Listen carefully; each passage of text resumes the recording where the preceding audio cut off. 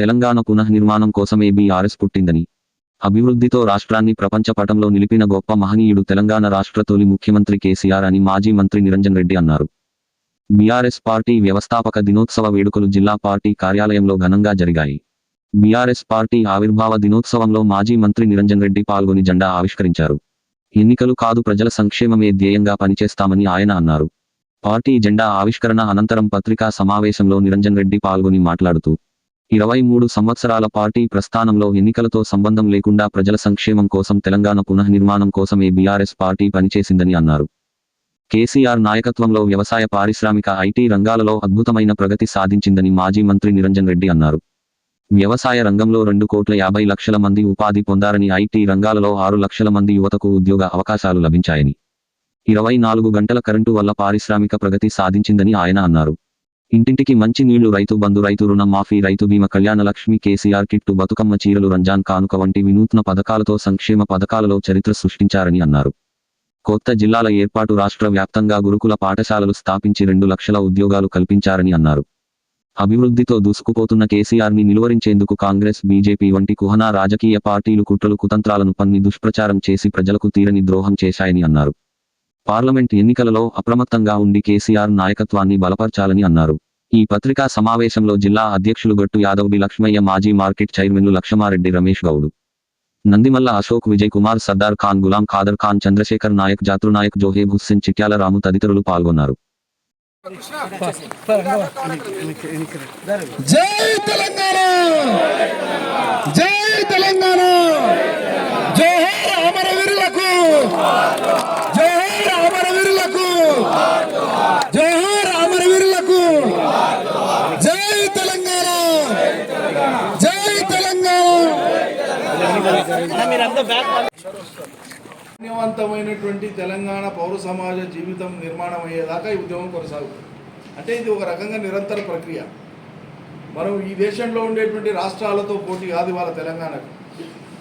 అంతర్జాతీయ స్థాయిలో అభివృద్ధి చెందుతున్నటువంటి లేదా అభివృద్ధి చెందినటువంటి దేశాల సరసన తెలంగాణ సమాజాన్ని నిలపడమే ఈ తెలంగాణ ఉద్యమ సంస్థగా ప్రారంభమైన టీఆర్ఎస్, ఇవాళ నేటి బీఆర్ఎస్ యొక్క కర్తవ్యం, లక్ష్యం. అది మాకు 1 టర్మ్ పరిపాలన, 2 టర్ముల పరిపాలన, అపోజిషన్, ఇది కాదు లక్ష్యం.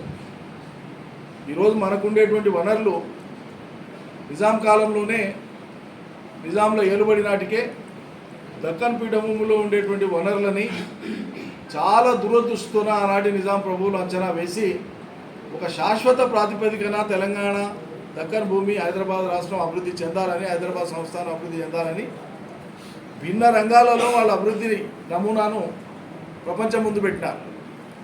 ఆనాడు నిజాం సంస్థానంలో జరిగినటువంటి అభివృద్ధి భారతదేశంలో ఏ రాష్ట్రంలో జరగలే. ఇది చరిత్ర.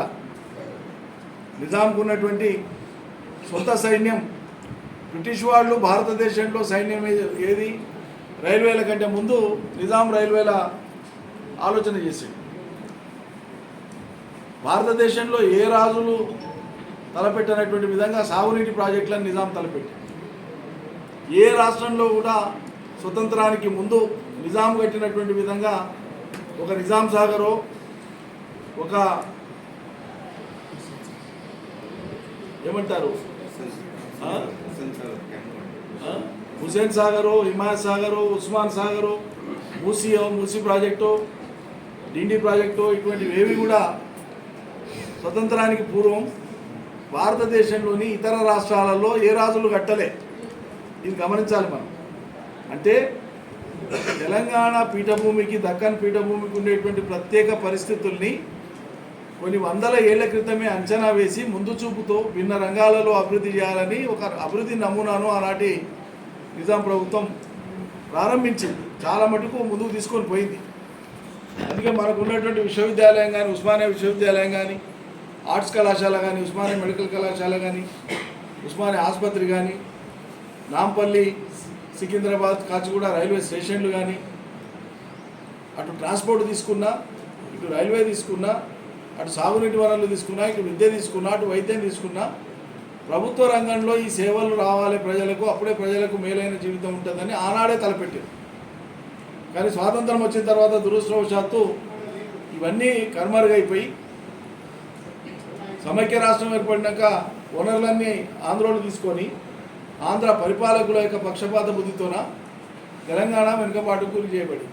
అందుకోసమే తెలంగాణ పునర్నిర్మాణం అంటే ఇవాళ ఏంటి అంటే మనకున్న వనరులను సద్వినియోగం చేసుకుంటే భారతదేశంలోని ఏ ఇతర రాష్ట్రాల్లో కాదు ప్రపంచంలో అభివృద్ధి చెందినటువంటి దేశాల సరసన తెలంగాణ ప్రాంతాన్ని నిలబెట్టగలిగేటువంటి వనరులు మనకున్నాయి.